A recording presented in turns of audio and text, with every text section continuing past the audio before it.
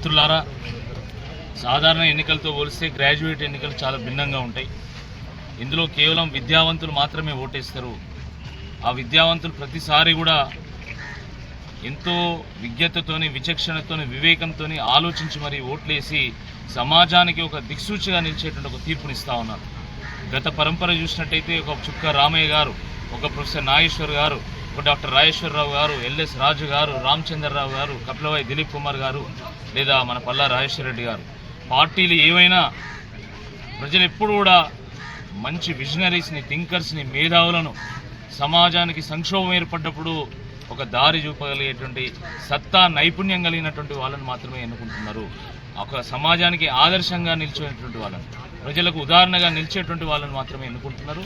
తప్పకుండా ఈసారి కూడా ఆ పాత పరంపర కొనసాగుతుందని మేము భావిస్తున్నాం. ఎందుకంటే ఇది మండలి అంటే పెద్దల సభ.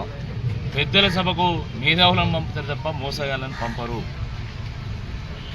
కాంగ్రెస్ ప్రభుత్వం అనేక హామీలు, నిరుద్యోగ భృతి అన్నారు, జాబ్ క్యాలెండర్ అన్నారు, నోటిఫికేషన్స్ అన్నారు, మెగా డిఎస్సి అన్నారు, ఎటువంటి రుసుము లేకుండా పరీక్షలు నిర్వహిస్తామన్నారు, డిఏలు అన్నారు, పిఆర్సి అన్నారు.